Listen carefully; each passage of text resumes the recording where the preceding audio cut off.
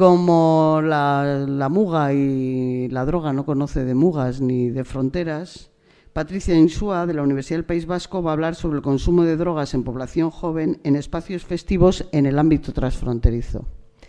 En ese trabajo que llevamos desde hace tanto tiempo juntos, de Bizia, de Iparralde y Munduko Medikuak aquí, y ahora está la universidad que ha hecho un estudio, y en estos momentos también con la colaboración entre los ayuntamientos de Hendaya, Irún, Fuenterrabía y Oyarzún. En Oyarzún hay macrodiscotecas, porque los fines de semana pues pasan mucha gente joven de Bayona, de Hendaya y a veces hasta de Burdeos a las macrodiscotecas de Guipúzcoa, ¿no? Entonces ahí tenemos un trabajo transfronterizo.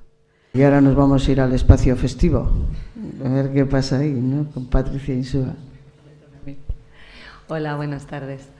Bien, yo quiero agradecer primero a Médicos del Mundo por haberme invitado a estar aquí con vosotros presentando algo que no es exactamente, no tiene que ver con las salas de consumo, pero sí que es verdad que lo que comentaba ahora Cedric hace un minuto, lo que vemos es que la gente se mueve buscando lo que quiere, y cuando no les damos lo que quieren, pues van donde hay lo que quieren, ¿no? Entonces también de alguna manera vamos a hablar de eso.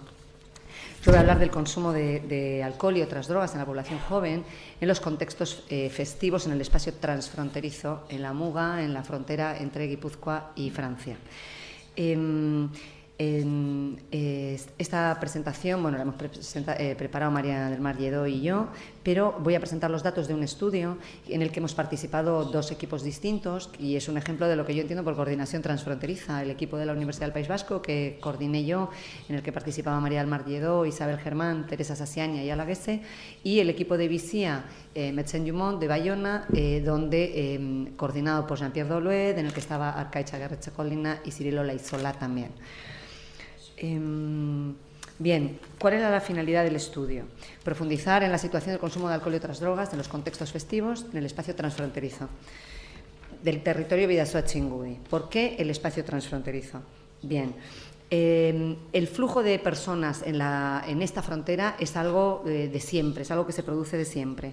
Se trasladaban históricamente a las familias a comer pinchos a Guipúzcoa, de compras, pero en los últimos tiempos este tráfico, digamos, de personas lo digo sin connotación negativa, este tránsito de personas se ha incrementado, incluso llegando a situaciones en las que hay gente que vive en Hendaya y trabaja en Hondarribia, en Irún, incluso en Donostia. Entonces, de alguna manera, si queríamos profundizar en la situación actual del consumo de drogas, una de las cosas que teníamos que hacer era tener en cuenta las distintas realidades culturales, sociales y jurídicas que caracterizan a cada localidad, porque aunque compartimos un espacio común y una realidad común, como vamos a ver, son dos estados distintos con dos situaciones distintas. ¿Y por qué en los contextos festivos? Bien, ya casi huelga decirlo, pero así como en los años 90 el consumo de drogas era fundamentalmente, en la gran mayoría, por vía parenteral, monoconsumo, entre comillas, de heroína. Actualmente el consumo en la población general, digamos, se ha trasladado a los espacios festivos, a los contextos festivos, y esto supone riesgos específicos. En los años 90, o asociado a la inyección, los riesgos eran unos de transmisión de virus, fundamentalmente, entre otros que ya hemos comentado durante todo el día, y actualmente los riesgos que corre la gente en los espacios de ocio pues son otros concretos. Hay que tener en cuenta que en Guipúzcoa, por ejemplo, hay contextos festivos en los que el 60% de la población es francesa. Entonces, estamos hablando de un importante tránsito de personas a nuestra provincia. Y así como en los dos estados se han desarrollado, por un lado, programas de reducción de riesgos más clásicos de daños, como los programas de mantenimiento con agonistas, los programas de mantenimiento con metadona, y en los colegios, en programas de prevención, sin entrar en detalle, que la prevención en Francia tiene unas características particulares, que si luego nos queda tiempo comentamos, pero digamos que hay programas escolares dentro de todo, como hay en este lado de la frontera. En el ambiente festivo se hace mucho más difícil poner en marcha intervenciones por distintas cuestiones. Primero, porque en el ambiente festivo se mezclan personas muy distintas edades. Nosotros hemos trabajado con gente de 18 a 30 años, a 35 años, pero hay gente menor y hay gente mayor. Se mezclan personas que tienen distinta relación con las drogas. Hay dependientes, hay consumidores, hay abusadores, hay consumidores ocasionales, hay no consumidores. lo que va a generar una distinta percepción de riesgo, evidentemente, con las drogas. Coinciden distintas nacionalidades, hay personas del Estado español, hay personas de la nacionalidad francesa, coinciden distintos proyectos vitales, hay personas que trabajan, personas desempleadas, personas que son estudiantes, personas que viven con sus padres, personas que viven solos, personas que tienen hijos. Y coinciden distintas sustancias, que además se mezclan, porque hoy el policonsumo es la norma. Luego, toda esta realidad configura pues, una situación difícil de abordar. Por lo pronto es difícil hacer acciones homogéneas con un único mensaje, porque sabemos que los mensajes tienen que estar encaminados a poblaciones concretas y temas concretas.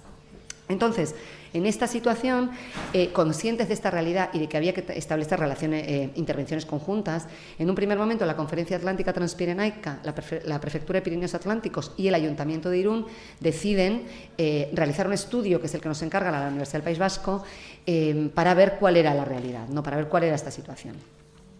Entonces, el objetivo general, como decía, va a ser no solo conocer e interpretar los consumos de alcohol en esta población que hace la fiesta en el contexto transfronterizo, sino también proponer acciones a implementar desde una estrategia de reducción de riesgos y daños, que yo creo que esto es es la base para nosotros, la manera de entender el abordaje del consumo de drogas es desde este marco teórico en el que, como todos aquí cojeamos de la misma pata, no me voy ni a detener a comentarlo.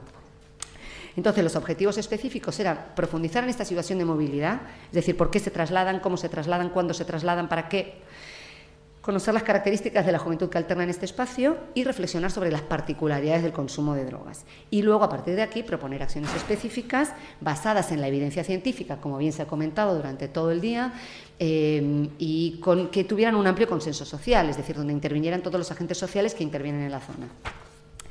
Entonces, ¿qué acciones nos planteamos? Analizar los consumos y la percepción de los riesgos asociados al consumo en esta población, profundizar en la valoración que hacen de las medidas existentes, si las conocen y qué valoración hacen, y recoger las propuestas de los distintos agentes sociales. Y entonces nos planteamos un estudio cualitativo. No tenía tanto sentido contar cuántas veces consumen, sino cuáles son las maneras del consumo para poder entrar en esta realidad.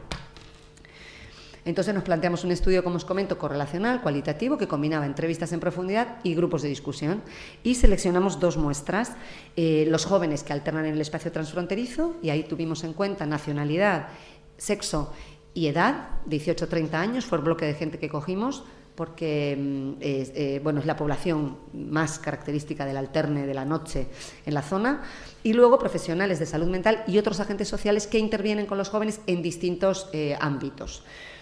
Y utilizamos 2 técnicas de recogida de datos, las entrevistas en profundidad, que hicimos 43, y los grupos de discusión. Las entrevistas en profundidad, aquí fue la coordinación entre los 2 equipos,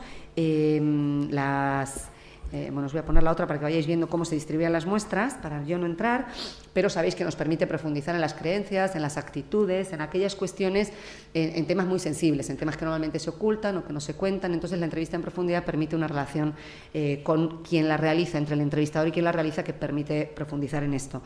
Elaboramos un guión con los aspectos fundamentales a recoger y tuvimos muchas reuniones de coordinación entre el equipo de la Universidad del País Vasco y el equipo de Visía para intentar homogeneizar esta variable entrevistador, y en la medida en que ellos iban a realizar las entrevistas en profundidad, porque todas las realizaron ellos, poder tener la mayor fiabilidad de cómo se realizaban, y ellos también tenerlo así.